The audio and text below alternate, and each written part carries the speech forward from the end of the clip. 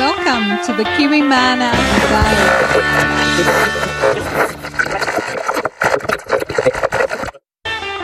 Welcome to the Kiwimana Buzz. This podcast originates from the Waitekere Ranges off the coast of New Zealand. Kiwimana is a place where the beekeeping community from all around the world can connect and share conversation. And if that's not enough, they also provide beekeeping supplies, classes on beekeeping, give beekeeping services and advice, and they are always around on the Bee's Knees Club on Facebook. It is an honor to have each and every one of you join us today, and I thank you for being a part of the Kiwimana Buzz. This show was made possible by all the awesome patrons who support the show every month. This episode, I would like to thank Greg Parr for his helping make this show possible with his wonderful donations. On a side note, now I know you guys are probably expecting to hear the really cool, awesome accents of Gary and Margaret, but they kind of weren't available at this part to be a part of the podcast. And as a few podcasts ago, you might recognize my voice, but I am the Yappy Beeman. And I know it sounds kind of strange that you're hearing my American accent, but we had so much fun in the podcast together that they had invited me to fill in for them as the show host for this episode, and I was ready and willing to jump in and say, yes, I will do it. So they have turned some of the reins over to me, but not all of them. There's always an edit that can be made, and they've allowed me to come on here and actually give an interview in their behalf. So today, I would really like to take a moment and introduce to you somebody who has been in the beekeeping scene for a few years and have been providing great interviews and keeping beekeeping a little less painful for most of us, but very much fun for all of us. And today, guys, I would like to introduce nobody else but the ones, the only, Gary and Margaret of none other than the Kiwimana Buzz podcast. Gary and Margaret, welcome to the show. Thank you. Hi. It's awesome. All right. Glad to be I here. know. It's like you guys are almost in my living room hanging out with me here. So That's how does it feel to be on the other side of the microphone? It feels a bit strange, but it was really good introduction, so it's awesome. Yeah. So you'll have to come back and do all our shows. I'll tell you, if I could have about 5 more takes on that beginning, I might actually get it done a little bit more proper. But I gave it my gung-ho. Awesome. It's well done. Well, I tell you, I do appreciate the opportunity to actually, after we kind of talked about this, to be the guy who got to come and host. And it was kind of funny how we come up with interviewing you guys for a podcast. It's, you guys interview, we're up to about the 123rd podcast that you guys have put out. And I'm just amazed that you guys have got such great responses from the beekeeping community. The level of the interviews that you guys have put out there for the beekeepers to learn from, and all the information is always spot on, and it's never, treatment versus non-treatment or anything else. You get all aspects of beekeeping, and you provide it out there for people to make their own decisions on how that may help them. And I really do appreciate you guys. So from a listener who came on from the first podcast, followed you all the way up through the 100th episode, and now you guys are working towards 200. I'd like to say thank you, but also congratulations on your success. Thank you. Well, thank you. Feel a bit embarrassed now. Tumbling. But If you don't mind, Gary, hand Margaret a tissue. I think she's going to cry. in keeping things in the normal podcasting fashion and keeping it fun but yet real, you normally get out here and you ask everybody else some of the basic questions. Well, I'm going to start out easy on you guys, but they're going to get harder. So, all right. Okay. It's kind of like one of those dating shows. I'm not scared. Yeah, it's like those dating shows on TV. All right, question. Let me ask you this to get started with. Everybody has to start somewhere in beekeeping. All right, a decision, something that spurred the thought of getting into it. But for you guys, what was it that started that little desire in your heart to become beekeepers?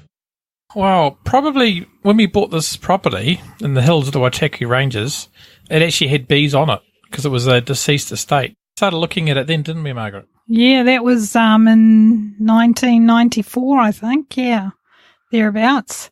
Yeah, we got an experienced beekeeper to come and check them, and they had AFB. Oh, wow. So that was our first introduction to the realities of having a beehive. Wow. And it was one of them, all of them? I mean, everything was infected? There was only 2 at the time. Okay. And how many hives did you have? Just those 2. Just those 2. We didn't actually, they were just there on the property, so we kind of inherited them. Right. I understand. After that, we actually went overseas and to England for a few years. And while we were there, we were thinking that we wanted to do something together when we got back to New Zealand. And we looked at beekeeping. And, yeah, then it went from there. Wow. And that was 2008. So that was 2008. So if I can ask, how about you went from 2 really just worst case scenario beehives to coming back and starting over. How have you progressed since then as far as the beehives that you got now that you care for? The ones that had AFB in New Zealand, they have to be burnt. So we didn't have any resources after that.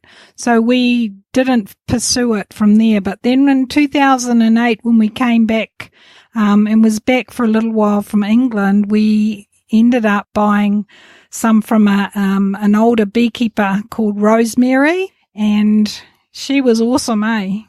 Yeah, she was great. And she's since passed away, so that's no good, is it? No. She was awesome. And so we got a couple of colonies from them, and the day we went to her apiary to pick them up, I was wearing my jandals, which are, my safety footwear. And is it jandals in America? Thongs? I don't know. Thongs are different. Thongs different altogether. Let's clarify a little something here. If it's safety footwear in America, they're generally only called steel-toed boots. That's safety footwear in America. If you're wearing a thong in America, it's one of those, let's just say, take a little tiny string in it and use it as an undergarment, and that's a thong in America. So I apologize as the show host to all of those who are everywhere else but in New Zealand about talking about a thong. It's probably like the differences in countries. Oh, absolutely. Is it sandals or? Is it sandals? Yes, sandals. Okay. Yeah. Yeah, so anyway, we were walking through the apiary, and of course, my very first initiation was to get stung while we were there, and I thought, I think I'm going to really love getting into beekeeping. So, yeah. And then we, how many? We got 2 nucleus colonies, which in New Zealand is 5 frames. She actually had woodware, like wooden frames and wax foundation already ready to go, and wooden boxes, eh? We don't really use plastic stuff in our hives at all. No. Okay. So, my second question, which you pretty much have already covered, was going to be, what were some of the obstacles that you had to overcome getting into beekeeping? And I'm going to say that American Fowl probably ranks right at the top of that. So I think we covered that one for sure. I'd say varroa mites too was our biggest obstacle when we first started because didn't realise it was there. Well, we did, but we were a bit naive and we were trying to use icing sugar as a treatment, but it doesn't work. So right. Yeah, we had really strong colonies, and from the first experience, Gary made this awesome apiary. And he cleared all under the trees, and he put some concrete pavers down, and it was awesome. And we had 2 really strong colonies. They got up to 5 boxes, eh? Yeah. And we put them under a canopy, which was probably too low. Yeah, we started learning about varroa, and we thought we're going to be organic, and we're going to really do it awesomely organic and natural. And yeah, we'll sugar shake them and yeah, it'll be fantastic. And yeah, what happened? Yeah, we lost those colonies first year. But we got about 90 jars of honey out of the colonies before they failed.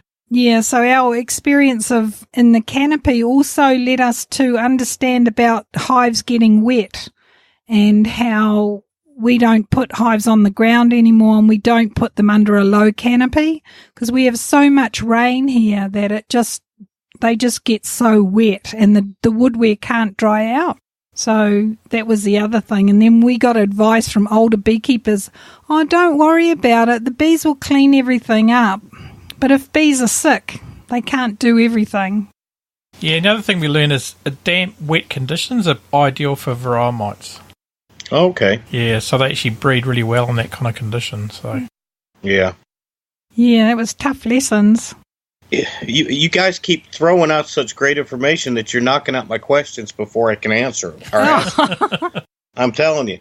Are there things you find to be harder in keeping bees in New Zealand compared to what you hear in other countries? Well, definitely rain being one major issue and the varroa being so prolific being another. Those two don't count for your answer. So, what makes it harder to keep bees or better to keep bees in New Zealand than maybe what you've heard in other places? What makes it easy to keep bees? I think probably we have a really great long season, a lot of long hot summers. That makes it better. That makes it easy. What makes it hard?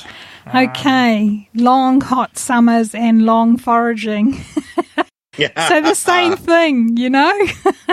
So we have like a foraging 12 months of the year. So we've got bees coming and going all the time. That is really tough because we have to manage the varroa constantly. It's always present. Yeah. We always have to manage it, and that makes it difficult. Yeah, and because of our climate, we always have brood, no matter what time of the year. Like you don't have a winter break like you guys probably do. That could kind of fall under a question that I did have for you, but I'll give you this much.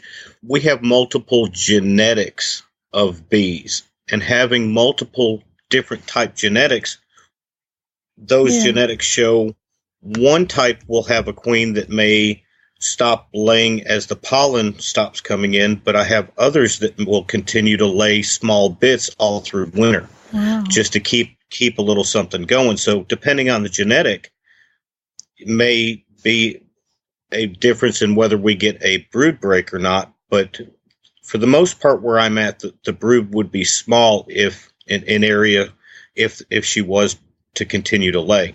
Yes, I do actually have winters here, and we are just now coming out of that winter.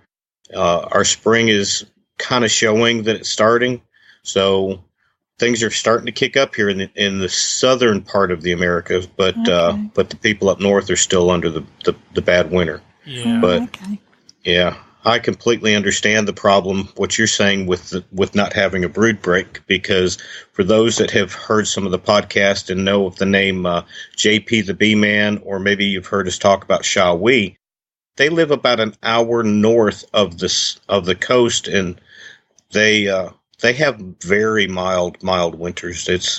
It's rare for them to have snow, but they will experience a little bit of cold, but not extended by any means. So they keep a higher count for brood. And have similar that you do. Okay. Yeah. So we're not alone.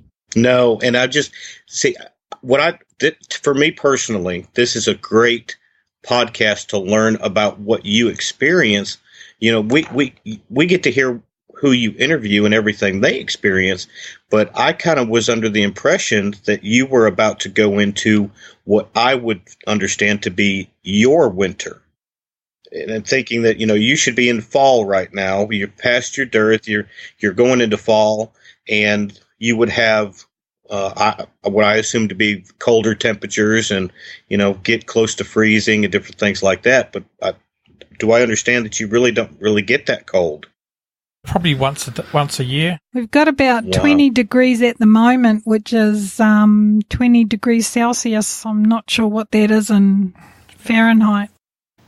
Here's a quick way to learn that.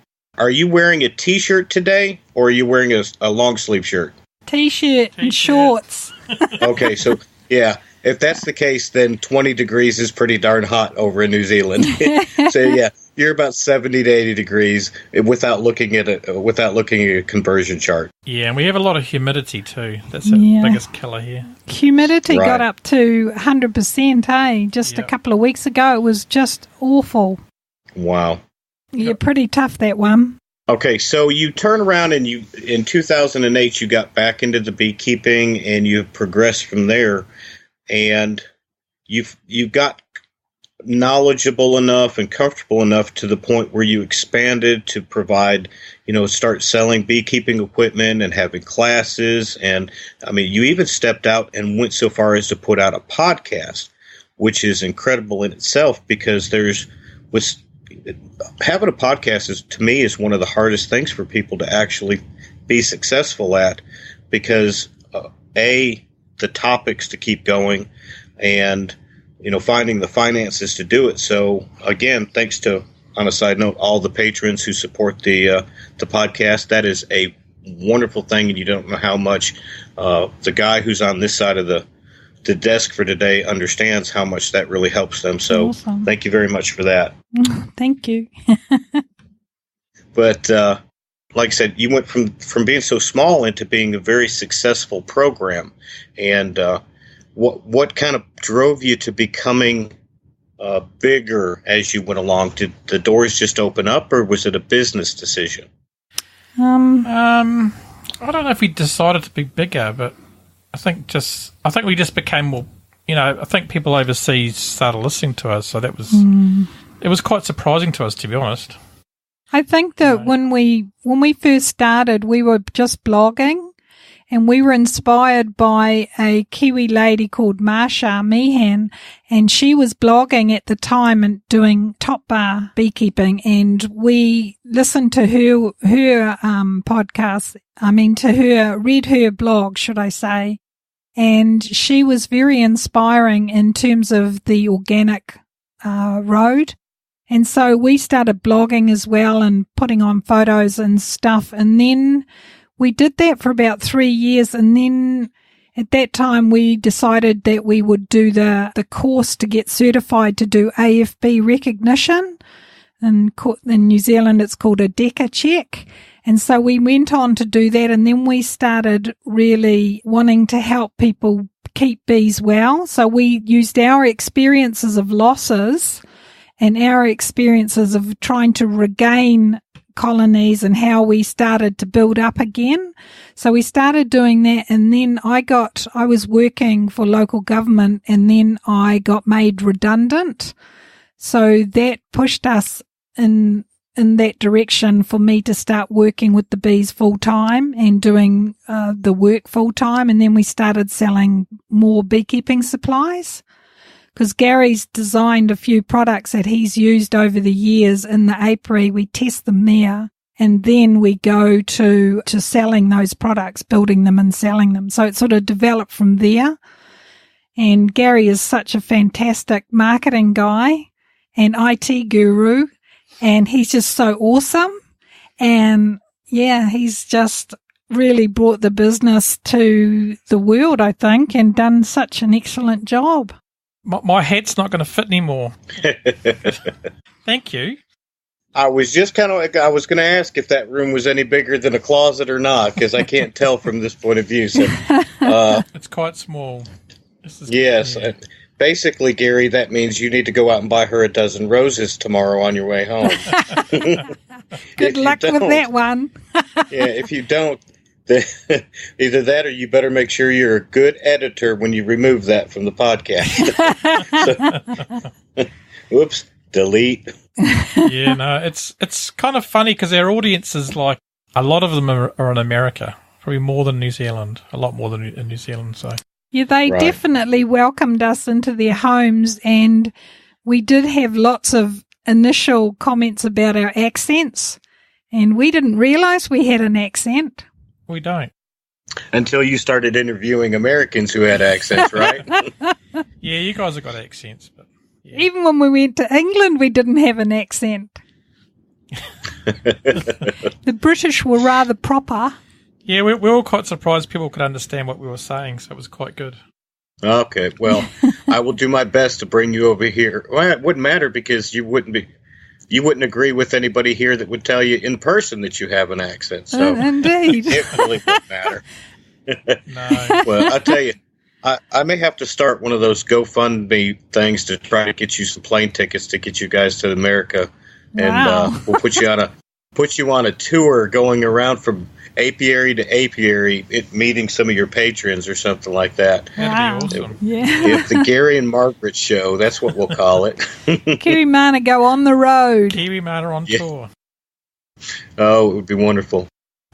I'll tell you, I'll take you out for at least a good hamburger, if not a steak dinner. It just depends on which route you want to go. Yum. Yeah. We're up for that. Well, we want to try these ramen noodles you keep talking about. Hey, no. I don't know if you could handle the ramen noodles. I don't think so either. Yes. From what I've heard, they're quite a man's food. There you go. I'll tell you that, especially if you put shrimp in them, and I'm just not that good yet. But I'm going to grow into it one day. Your videos of JP and Shawi, some of the places you go for food are awesome. They look really, all the seafood you guys, not you eating, but JP and all the seafood he has, it's awesome. I know. Well, see, I was just about to ask you if you guys have barbecue over there, like barbecue restaurants and things like that. We've got a barbecue on the deck. Yeah, we've got our own barbecue. Oh, yeah, we're definitely going to have to get you over here to introduce you to some real food.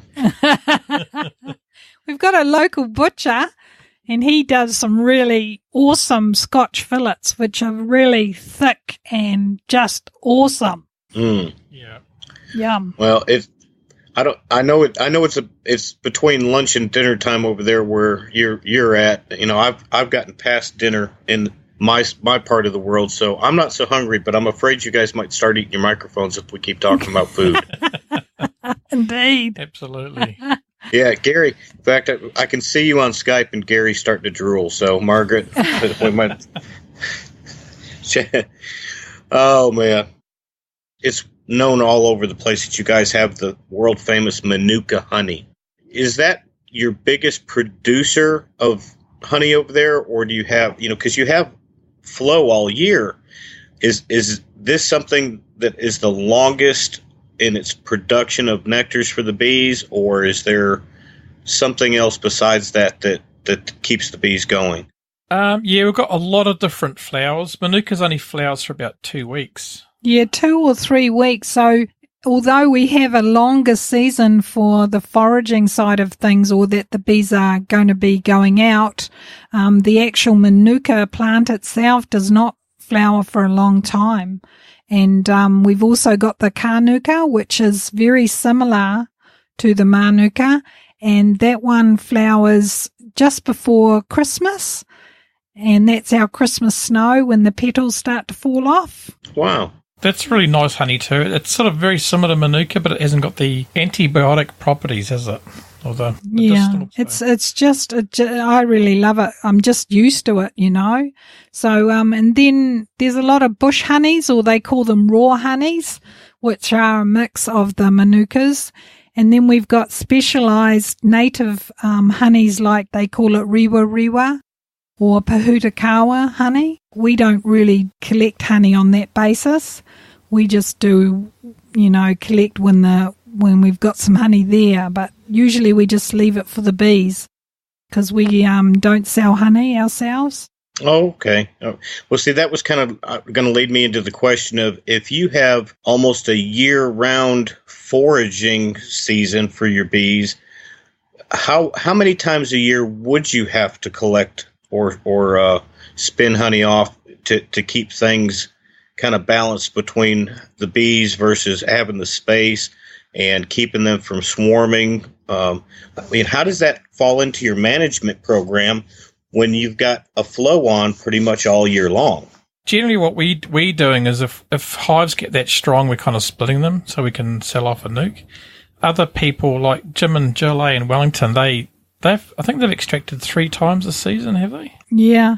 We have sort of different criteria because we've talked about it on the podcast that we have certain obligations if we're extracting and selling honey in New Zealand, that you have to get it tested. If you take it off after the 1st of January, you need to get it Tootin tested for the tree that can give toxins into the honey and can actually poison you. And so then people also extract at this time of the year as we start coming into fall or autumn, because there's still a flow going on. So we do have quite a long time. So it's about 6 months, really? Yeah, and sort of June, July, sort of nothing really happens at all. Yeah, and the temperatures do drop a lot, and some of the girls will stop laying heavily. They'll lay, but only, smaller amounts. That means that in terms of the honey extraction, a lot of the big commercial guys do it before the 1st of January, and then they do another one this time of the year. Wow. And see, our program here is we start out in our spring, which is just now coming on, and things start building up. We go through our normal flow period, depending on in your location in the country, but you go through that normal flow, usually around June in the southeast areas is about the window when that flow dries up. You can go somewhere between June and July, give them an opportunity basically to go ahead and get things, moisture content to where you want it, and then capped off. And then somewhere around mid-June to 1st of July was when you would extract honey. And we go through what is called the dearth, or in my area where the flow pretty much is over with as far as excessive. There's just a little bit of wildflower out there for them to kind of continue to gather, but it's nothing that they, I would say, survive on. And then we go through that for about 3 months until the fall flow kicks in my area. That would be Goldenrod, and it picks up for about a month and a half, and that's what they collect to get them through winter. And I know people in the northern parts of the United States, they just basically have one full season. It starts around the 1st of May, and it's going to end somewhere around August or September, and they get to basically split whatever percentage between them and the bees, and then they put them down for the winter as far as, pack them up and do everything. So it's and here you guys get it all year long. But I'm amazed that you have a tree that is so toxic that it's poison to consume the honey from. Yeah, absolutely. And because last week there was a hunter that was out in the bush, and he ate some of the berries from it, and he's quite sick at the moment. Yeah, he had to go to hospital because it was the same plant, but he was eating the berries of it. Right. So it's flowered and growing berries now, and yeah, he was eating that. We don't know if he knew about the risks, but he's not very well. So okay. Just going to say, in Australia, some of the beekeepers that we've talked to over there, they actually only sometimes have like a couple of weeks of their honey flowing. So they have a really, really short flow, and a lot of them suffer from drought on a regular basis. So beekeeping over Australia, beekeeping over there, I reckon, is probably very difficult in my book. Yeah, they keep moving their bees too, don't they? Constantly moving. Yeah, I've not. There's one or two beekeepers from Australia that I interact with a little bit through like Facebook, and but I've never really asked them the type of programs that they have down there. The one thing that came up was I spoke with a gentleman that's there and asked him how things were going because they had incredibly high heat temperatures this year. And one rumor was that the bats were falling out of the trees because it was so hot, and it was just cooking the bats that were hanging. And I can't imagine something that it being that hot to where you would almost think that if you had a beehive sitting in the sun, it would melt the wax and the comb inside the box that the bees were on. It definitely happens because even the new foundation frames that we put in to the hives start to get out of shape from the heat. Yeah, I've seen that as well. If you lift because we have tin roofs here, and sometimes you take that roof off, and we have a hive mat, which you guys call an inner cover, and the top of the frames that had wax on it, and you could run your finger along it, and it was completely melted. So gets really hot. Right. I would say maybe the closest that we could get to anything like that would be beekeepers that are in the South Texas area, maybe over towards Nevada, kind of out towards desert areas where there are people that actually keep bees out there, and they keep the Africanized bees. And well, they say that even Africanized bees can be worked. You just have to wear 2 suits, but and a whole lot of padding. But man, I couldn't imagine wearing so much padding to work bees that by the time you finished one hive, you were having to take a break because you'd sweat so much. Yeah, they need a Kiwimana breeze suit. Yeah, we've been our Kiwimana breeze suits, Kiwi breeze. Anyway, that suit. What we've been doing this season, because it's been so hot, is we've got a water bottle, a water spray bottle, and we're just spraying ourselves because the water just comes through the mesh and it just keeps us cool. So, that's how we've been keeping ourselves alive in this heat. Keeping it cool. So this is one of those, as we started out the podcast with giving beekeeping advice, this is one of the Kiwimana Buzz tips. That's it. for the show. Absolutely. Always keep a spray bottle handy and wear a kiwibreeze jacket or suit. Yeah, that's the one. That's it, man. No, they're really good, and you can spray it on your face and stuff, and it just cools you down. Oh, yes. But I heard a funny story the other day about goldenrod, because someone was growing some in an area near here, and the police helicopter thought it was marijuana.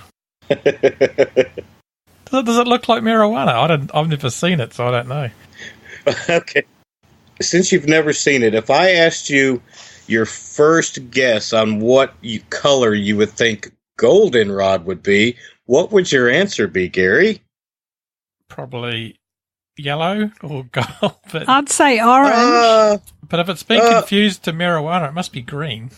Well, actually, you're both correct. The yellowish, orange, or golden color, because like in my podcast when you interviewed me and we discussed goldenrod, it is actually a golden color, but there are 64 plus varieties of it in Alabama, which is the state that I live in the United States. And they can actually come throughout the different parts of the year, but there is no mistaking goldenrod for marijuana. Or if there is a way, then the three of us have just admitted we've never smoked pot before, or at least grown it to the point where we would know whether or not it could even definitely look like goldenrod. So, fair enough. Let's just all admit to the fact we've never done anything with marijuana, and we'll call it even. Oh wow, that is funny.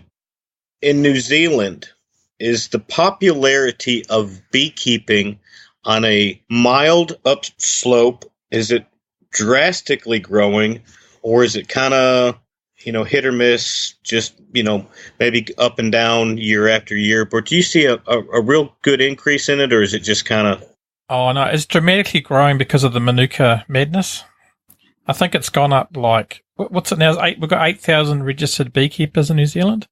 And when we started, there was only about 1,000. Yeah, so it's dramatically increased. And that's over 10 years. Yeah, 10 years. That is crazy. Well, see, I've been in it for 8 years, I believe. And I kind of go back to when we first started with Facebook, and there was a few groups in Facebook where you could go and talk about beekeeping information. And they had, they would have 10 or 12,000 members in that group. And now there's probably, 500 groups, and some of the bigger groups have got 40 and 50,000 people in them, which some of those people have fallen off and just never, left the group, but every year you see so many more people coming into beekeeping, and it seems to be worldwide on the upswing, but, and that's a good thing. Yeah, I think it's a good thing, but there's also the bad thing because New Zealand's a small island. So what we found in the last 2 seasons was that we had so many beekeepers around here that we were noticing really epic robbing situations, and the bees were different colours. Like really dark bees were coming to our apiary and attacking our little Italian girls. Yeah, that caused quite a bit of problem. And then we had a huge increase in AFB, and that's catastrophic for any beekeeper here in New Zealand because the law is you have to burn the hives. And with that increase, we had more around here with quite significant numbers of hives getting AFB.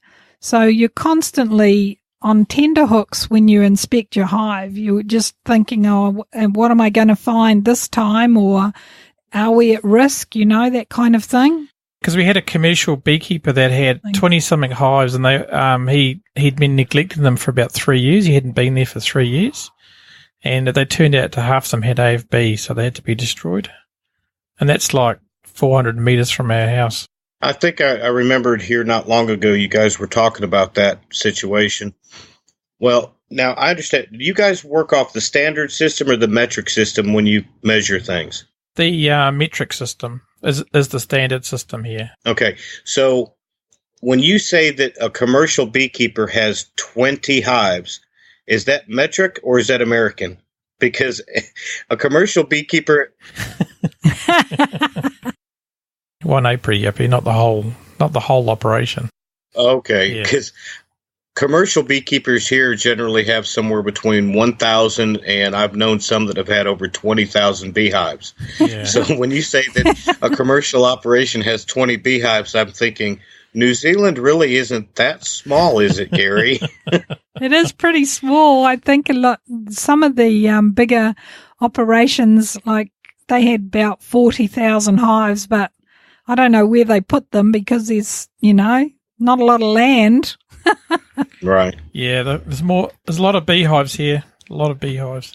But yeah, I mean, most commercial guys, to make a living, you need about 400 to 500 to make a like a minimum wage kind of living. So yeah, that's like a family survival type situation, I think. But a lot of the commercial guys, as Margaret said, have got a lot more than that. Probably some have got 10,000, haven't they? 20,000 hives. So when we first started, a hobbyist beekeeper, I mean, even today, a hobbyist beekeeper isn't really recognised as a hobbyist. In the system that we have in New Zealand, you register the land that you put your bees on, but you don't register each hive, as it were.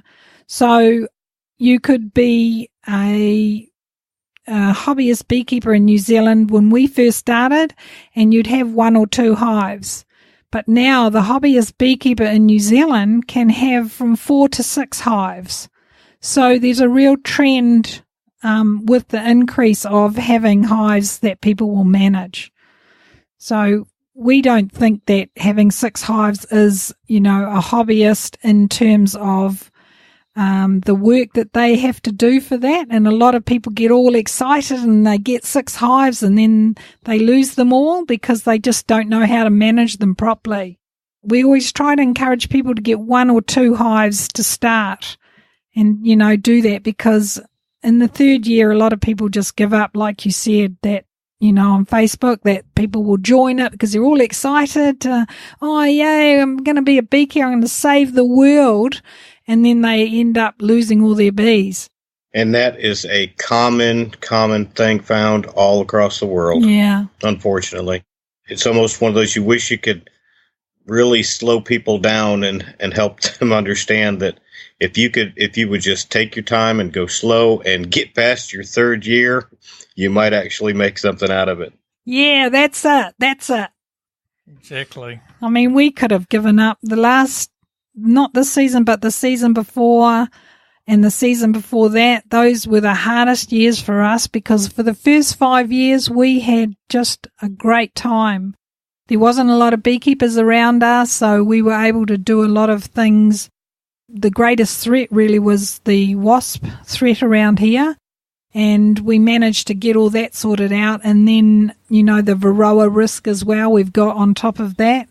And I just think we could have given up, but we love keeping bees.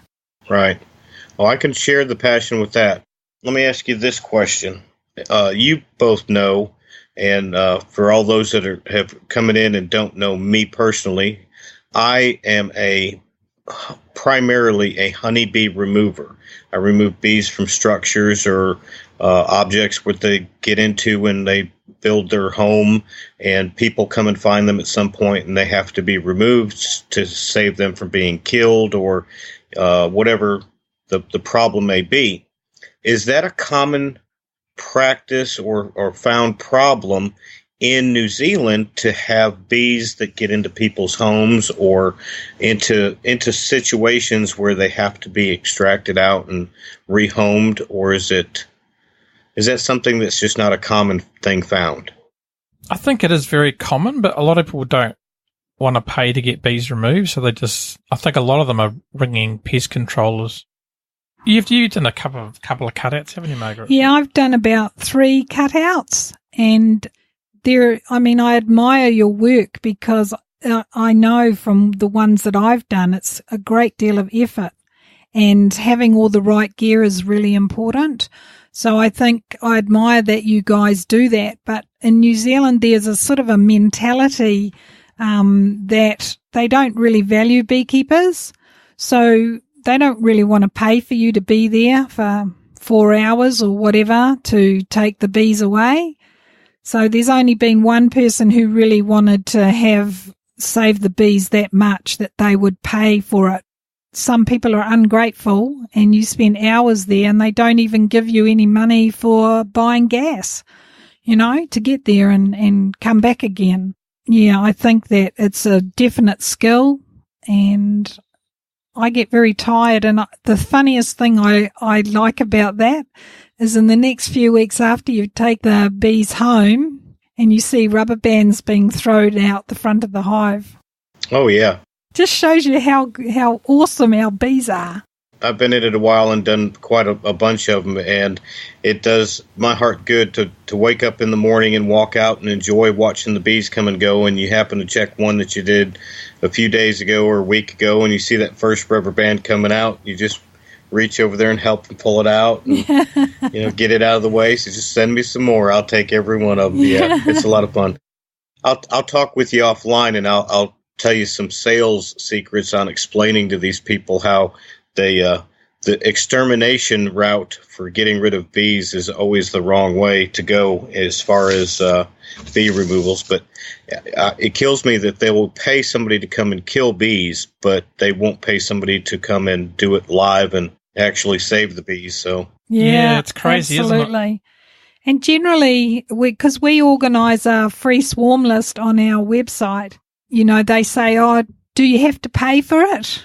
And I said, "Oh, you have to talk to the beekeeper and see what he wants to do, and go from there." But they really expect it to be done for free because you're getting some bees. Yeah, they have this illusion that you're going to make millions of dollars off a swarm. It is kind of promoted worldwide that you have certain honeys that are worth, pretty much gold, and everybody wants it. So I guess it's the same here. People think, bees make honey and you sell honey, so you must be making money, so why are you charging me? Yeah. That is also worldwide. I think that's an interesting point, is that one of the things that we do here at Kiwimana is we've tried to create awareness through our beekeeping work. In terms of swarms, the local government area or the local council, they would always get a call about bees being in a community building or something, and they would call the exterminator straight away. And so what we did is we went to the local board and we presented to them with the help of a friend of mine, Karen, and she helped get them to be aware about bees and saving bees. And then we managed to orchestrate getting a local swarm catchers list. And that was one of the first things we did in terms of trying to create awareness. And then from there, it's grown. Yeah, people are more aware and they're more willing to call a swarm person rather than, and plus Gary's done work on our website so that people can access us really quickly. So that's been really good. And we know that lots of colonies have been saved through that. Well, I'm gonna throw my last and final question out to you guys, and this one is probably going to be the greatest question of all. I'm going to build it up. In fact, Gary, when you get to working on this, make sure you put a drum roll in for me. So here's my question. If you had to do it all over again, would you still keep bees or would you go into politics? Politics. Really? The politics of bees. I think I'd still keep bees. But you can keep bees and be in politics. But no, you have to make a choice. I mean, this is because see, I can only go by American politics, so I don't know how your politics are there. But it's a matter of, one or the other. You have to make a choice. You can only do one. Would you keep bees or would you go into politics? Gary? Keep bees. Keep bees.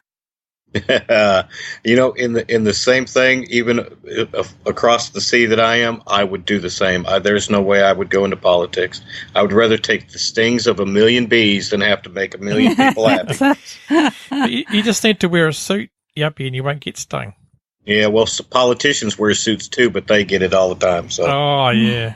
Didn't Obama have a beehive in the White House? At the White House, Michelle did. Actually, yeah, they. I cannot honestly answer whether there was one there before the Obamas came in or not, but during that administration is when it became well known that they had a beehive on the premises at the White House. They actually have a young lady that was the beekeeper of that, and I can't say that she doesn't do other things around the grounds, but she was the White House's beekeeper. They actually was popular when there was a swarm that actually happened on the White House grounds, and they showed in the news one day that this beekeeping young lady actually went out and shook the swarm, and they caught it. So whether or not it was from their own hive or not, I can't tell you. I just know that their one hive became two. So that's what we'll go with from there. Oh, okay. So Yeah. you never saw Barack out there with a bee suit on them? No. And in fact, I can honestly say I never saw Michelle out there with one either. Just like everything else, they had a beehive at their disposal if they so chose. But there was something quite alarming happening the other day on the Facebooks. A woman reported that her llama was attacked by bees, and it actually died because of that. So terrible, eh? it was terrible, but that really shocked me that they would go to that level. Well, for what this is worth, I actually have heard, even in our country, where farm animals have been, I don't know if I want to say attacked, but have been stung by large numbers of bees at one time. And local to me, about 10 years ago, that situation actually happened with a horse. And I live in an area that is not prone to have or sustainable to have Africanized bees. But the state apiarist for Alabama actually investigated the situation where they had tested the bees that stung the horse and actually killed the horse for possible Africanized genes in it. It did come back negative, but the best that they could come up with was that the horse was putting off so much CO2 that the bees actually picked up on that and came to that horse and went and stung the horse from there. But they were just a swarm that was passing by, and something happened. Yeah. But it was very odd. But I've heard of that too. So I feel so bad for the lady that probably lost her llama. Yeah. I've heard dogs getting killed as well in America, especially with Africanized bees. Yes, in some parts of California, people will keep bees and not realize that the hive swarms, the new queen gets mated, and it has Africanized genes in it. I believe is how that would fall into place, we understand that hives will die off and a new swarm move in, and sometimes the beekeeper doesn't know that happened. But there's been a couple of stories come out of California where somebody went out to go work on a hive, and the bees got a little rowdy, and you can picture a beekeeper going out, and all of a sudden the bees going crazy, getting hundreds of stings at one time, and they try to throw a lid back on, or they're swatting at bees, knock it over, and then next thing you know, you've got a whole city block that's being attacked by thousands of bees that were in that hive, and they have to deal with that. But yeah, I've heard stories of the Africanized bees doing a lot of damage to people and animals. That's frightening, isn't it? Because you can't control that. Like you say, if they mate with an Africanized drone, then you're screwed, really, aren't you? Yeah, absolutely. Well, I've got a question for the host of Kiwimana podcast. Well, that's different. It's not usually that the guest asks the host a question, but I'll be glad to take your question, sir. Go ahead. Okay, since you're hosting the Kiwimana Buzz, where's your Kiwimana hat? My Kiwimana hat. Yes, I got my real tree hat on. My Kiwimana hat was last seen on my daughter's head as she threw out her "She Loves Kiwimana" video that she sent to you. Yes, we love that video. Yes, Miss Lydia has, I believe, adopted. We're not going to say stolen, but she, I think, has adopted my hat because I want to say, as the host of the show to the real hosts of the show, thank you very much. I thank you so much for the love that you guys sent to Miss Lydia. I went and when I downloaded the podcast and I played that for her, she got so excited, and she made me play it over and over again because she heard her name on the radio. Okay. Oh wow! So when she heard her name on the radio and was so excited about that, it was on a day when I was actually shooting one of my videos for one of my upcoming releases on YouTube. And I wanted to get her into the video with the Kiwimana hat on. Now, trying to make this short because I can talk your ear off. That's why I'm called Yappy. I told her I wanted to go in the house and get the hat, bring her out, and have her wearing the hat to do her little part of saying how much she loved Kiwimana. But I needed to finish what I was filming at that time. Well, she went in the house and she starts searching everything that she, high and low, looking for this hat. When she couldn't find the hat, I could see her. I come in the house looking for it. She was crying because she was so excited to make this video for you, Margaret. Oh. So we finally got the hat. We put her in the little bee jacket, and we made the video, and it made her day to be able to say how much she loved you guys. So you've got a little girl over in America that thinks that the sun rises and sets with you guys, and it makes me makes me very jealous. Yes, I'm her dad. I got a YouTube channel, and she loves you. So, but I do too. So thank you very much for all that. Oh, no, that video was awesome. Yeah, thank you for that. And we just love that she's so enthusiastic about things. It's awesome. She's very passionate. She is. She really tries her best to get out there. She's got an older sister that she's been in one or two of my videos. And Lydia is very jealous because the older sister, Sadie, has been in the videos.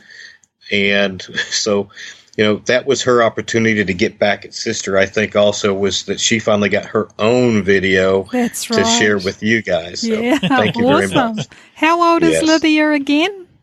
Lydia is 6. Oh, wow. And, she'll soon to be 7 this year. Wow. Awesome. I will say hi to us. Hi to her from us, yeah. Yeah. I will. So, forgive me for not having that awesome Kiwimana hat on, but yeah. It's been stolen. It's been taken over by a 6-year-old. Oh, no, that's awesome. It's been commandeered. As long as I'm glad she's enjoying it. That's fantastic. She is. Yeah. Cool. Well, Guys, I have had more than a wonderful time to be able to actually have the chance to interview the brain trust, as we would say, of the Kiwimana podcast and Kiwimana Buzz. But I'd like to thank you both for being such gracious and wonderful interviewees on my podcast today. And but I know you got a few things you probably need to go ahead and say to finish out the podcast, of which I don't know what that would be. So I'm going to go ahead and probably cut out right now and turn the reins back over to you, Gary, and you, Margaret, and go ahead and let you have your podcast back. Hey, Yappy, we just want to say thank you for doing this. And, yeah, we appreciate your time as well, because this is a new thing for us. It was a good idea. It was a good idea you had. Yeah, we love good ideas. Well, I have had such a wonderful. I've loved every one of your podcasts, and even though I'm partial to podcast number 120, I understand promoting 120 would be wrong of me to do right now. However, go listen to podcast 120. By the way, but yeah, go guys. 120. Who was that? Somebody that I remember hearing something about JP the Beeman in it, but I can't remember who you were interviewing. But anyway, but it's one of those things where you guys put out so much time in setting these interviews up and asking the questions and everything else. So it was kind of fun to be able to throw out the thought and idea of me interviewing you guys for a podcast, because people. Really, honestly, they hear you every week, but you're asking all the questions. Nobody really knows about you guys. So there's so much that there's so much that I could have covered and asked in this time frame that we've had together. But I hope that people that are listening to this actually get a little bit more feel for how wonderful you guys are and your personalities and the fun. So thank you very much. Thank you. Yeah, thank you. That's awesome. And thanks for listening, Yappy. That's awesome. Yeah, we appreciate it, and it's nice to have that connection with people who we may never have met through this media. I agree. Beekeeping opened up the doors for me to meet so many people that were into a hobby and turned it into so much more for themselves that, and I've never met anybody that I could say that I just totally hated, but I've met more people that I just would do anything for and have been great friends than I could ever imagine. Yeah, awesome. That's true. Yeah, feel the love. Well, no crying. Do me a favor, Margaret. Do me a favor. Punch Gary in the shoulder for me to tell me, because men don't hug each other. So punch him in the shoulder for me. Say, hey, bud, thanks. Absolutely, man. Excellent. So thank you so much. And yeah, just awesome. Well, thanks, Yappy, for interviewing us. It's been awesome. Different experience. We'll be back in a couple of weeks with a new podcast. Yeah, we hope you enjoyed it, guys, because this is a first for us and first for Yappy. So, yeah, it's awesome.